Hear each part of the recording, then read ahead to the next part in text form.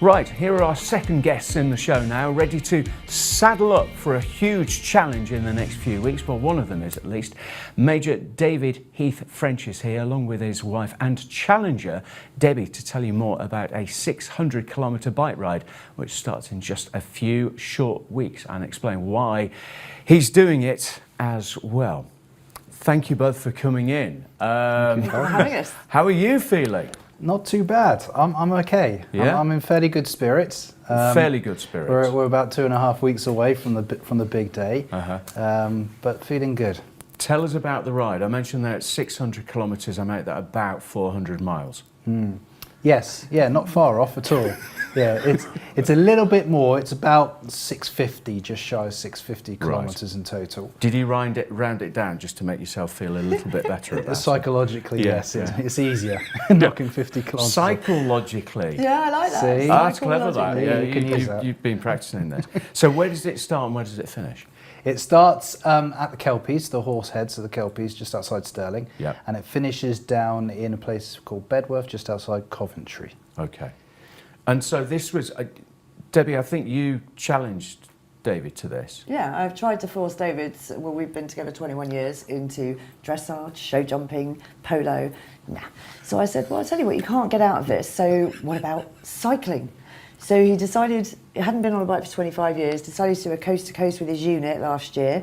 I can't remember how long you were away for, but that went well. So I was like, well, why don't you go from the Kelpies down to Western Lawns, which is the Equestrian Events and Conference Centre, which is where we're having FEG. And he was like, okay.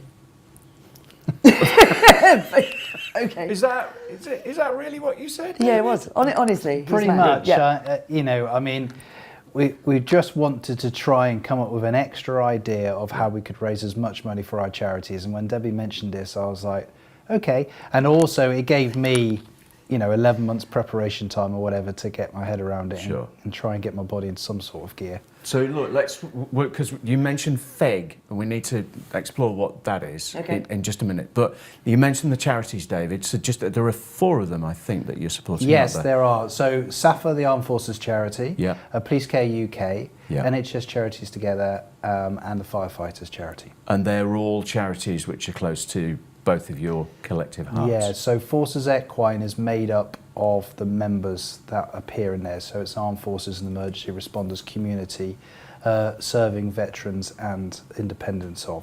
So those were all our members for Forces Equine. So it just made sense to pick the 4 charities that can directly support those individuals. Yeah.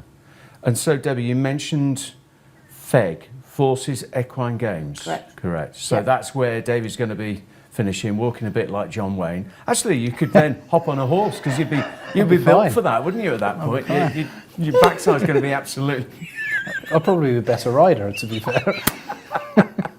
So, how did the Forces Equine Games come about? What's the background to that? Forces Equine, which is the parent, started 18 years ago this May. Right. And it basically, when I was with David, when you got posts all the time, if you had horses, you didn't know where your vet was, your farrier, the local saddler, whatever. So I started a signpost website, and in 2012, British Show Jumping, which is a governing body, approached and said they want a partnership with us. And then that followed with BD and BE.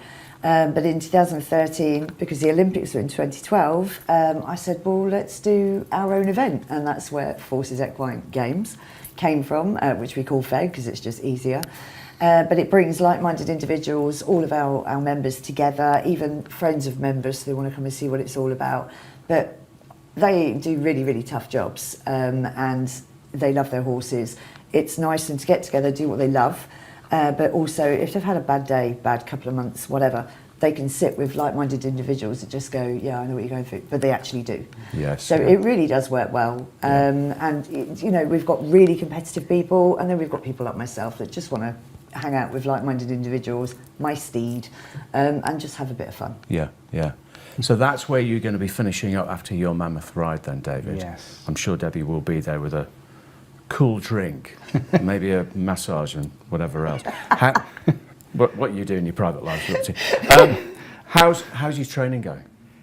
Yeah, okay. Yeah? It's going okay. I don't want to be too confident, but I've managed to get out for some long rides by myself in a variety of different conditions, and try and you know, do like between 70 and 100 kilometre rides at a time. And just get yourself out there and get into the elements and that side of things. Yeah. And also, kind of luckily, if you want to view it that way, I've had a couple of punctures and flat tyres. So you have to practice all that. Yeah, it's learning about the bike as well as actually being able to physically do it, so you can be self-sufficient as much as possible. Well, look, I wish you all the luck in the world with that and with the event as well. I know you're all over social media, so find out more and get behind some brilliant causes. David and Debbie, thank you for coming in. Thank you very much, Mark. Appreciate your time.